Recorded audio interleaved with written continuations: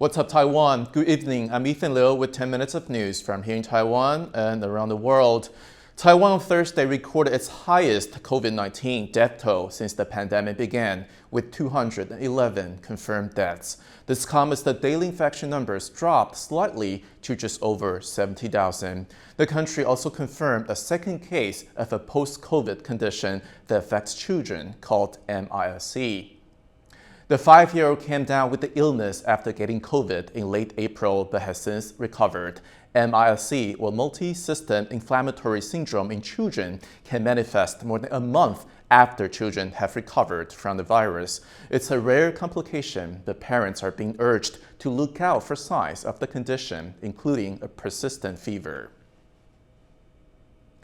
The U.S. and Taiwan have agreed on a new arms deal. The $120 million package will cover spare parts for naval ships and technical assistance. This is Taiwan's fourth arms deal with the United States since the Biden administration took office. The Foreign Ministry says it's a sign of deepening cooperation. 同时，我们会持续深化台湾跟美国紧密友好的安全伙伴关系，来共同捍卫以规则为基础的国际秩序。来促进台湾海峡以及整体印太区域的和平、稳定跟繁荣。A visiting delegation from Slovakia is in Taiwan's southern city of Kaohsiung. On Friday, they will sign an agreement between Kaohsiung and Slovakia's main economic region of Bratislava.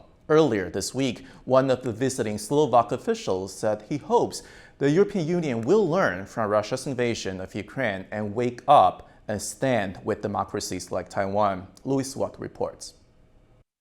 A symbol of ever closer ties between Taiwan and Eastern Europe. A new interparliamentary group between Taiwan and Slovakia. Slovakian lawmakers visiting Taiwan for a week drew a parallel between Russia's invasion of Ukraine and Chinese threats to annex Taiwan. We should stick together. And if we are unified, then the enemy or the potential aggressive state will see that it needn't to be such an easy task.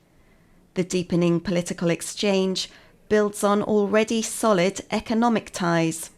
Taiwan is one of the biggest investors in our country. We have 3 large companies, and there may be more large companies coming as the new suppliers for the automotive industry. It's only 6 months since the Slovak delegation last visited Taiwan, and last year Taiwan's Foreign Minister Joseph Wu led a delegation to Slovakia, as well as to other countries in Central and Eastern Europe. Changes of governments in the region, including Slovakia and Lithuania, have helped foster closer ties, according to Marcin Jezewski, an analyst for the Taipei office of the European Values Center for Security Policy, a Czech think tank.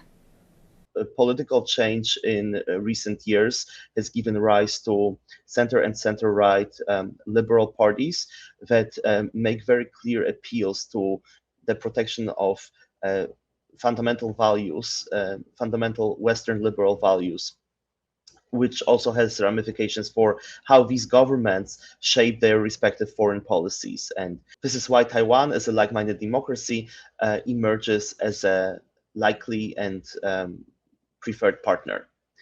Jezewski also says that China has invested considerably less in Central and Eastern Europe than Western Europe, helping to explain why countries such as Slovakia might appear bolder in reaching out to Taiwan and wanting closer ties. And from Taiwan, which has few official allies, it's also a thumbs up. Ricky and Louise Watt for TaiwanPlus. One of the main drivers of Taiwan's economy is TSMC, the world's largest chip manufacturer. The company recently announced that it currently has no plans to build factories in Europe. Our reporter in Kevat spoke with Ray Yang with the Industrial Technology Research Institute to find out Europe's prospects of attracting TSMC. I think our European partners should not give up. Okay, I really believe that there is still a chance for our European partners, as Chairman Mark Liu said yesterday.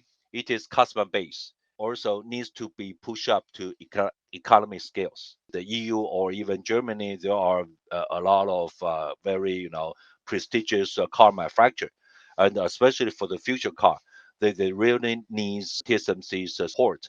Japan government provide a lot of incentive to TSMC. So if EU can increase the incentive, I still think they have the chance to attract TSMC. There are reports that TSMC will start mass producing the M2 Pro chip later this year using 3-nanometer technology. Right. What does this technology mean for our everyday lives? Even the metaverse, there's emerging, more and more, ideas and the emerging functions will support the metaverse moving. Okay, so actually, in order to make a metaverse to be realized, again, okay, definitely increasing speed, very, very high speed, very, very energy efficient, very, very high bandwidth, and very large computing capabilities in order to enable all of the functions for metaverse. These need advanced technology nodes and the chip manufacturing capabilities. What is it that makes TSMC the world's #1 chip maker? Could you tell our viewers? It is because of their business model, very, very unique business model, to act as a pure foundry service provider. Okay, rather than Samsung and Intel. Samsung produce a chip, but they own their own Android phone. Okay, so Intel would like to do the foundry business, but they have their own CPU. So there is conflict of interest, okay, between the Samsung and the Intel and their customers. But TSMC, there's totally no this kind of problem. So everybody have built a mutual trust with TSMC. Taiwan's President Tsai is set to deliver a major speech by video at this year's Copenhagen Democracy Summit in Denmark. It will be her third virtual address to the summit. Other key speakers at the two-day event are Lithuanian Prime Minister Ingrida Šimonytė, former U.S. President Barack Obama, and Taiwan lawmaker Freddie Lim. This year's summit comes against the backdrop of Russia's invasion of Ukraine and rising tensions on the Korean Peninsula. Taiwan's president has honored a French senator for his support of Taiwan. President Tsai presented Senator Joël Garrigue with the Order of Propitious Clouds at the presidential office on Thursday. He's the vice chair of the Taiwan Friendship Group in the French Senate. He was instrumental in passing a resolution backing Taiwan's participation in international organizations last year. Garrigue is leading the third group of French lawmakers to visit Taiwan in the last 10 months. NASA has announced the plan to launch rockets from Australia for the first time in 25 years. 3 rockets are scheduled to blast off in the coming weeks to study the relationship between the Earth and the Sun. NASA says Australia's position in the Southern Hemisphere provides a view of phenomena that can be seen from the North. Australian Prime Minister Anthony Albanese says the project is important for younger generations. The 2022 City Expo is kicking off on Friday in Taiwan's northernmost city. The event celebrates Keelung's 400-year-old history with food, art, and performances. This year, the citywide expo takes place across 4 different locations and runs until June 19th. Organizers originally planned to hold the expo last year, but they were forced to postpone it twice due to the COVID pandemic.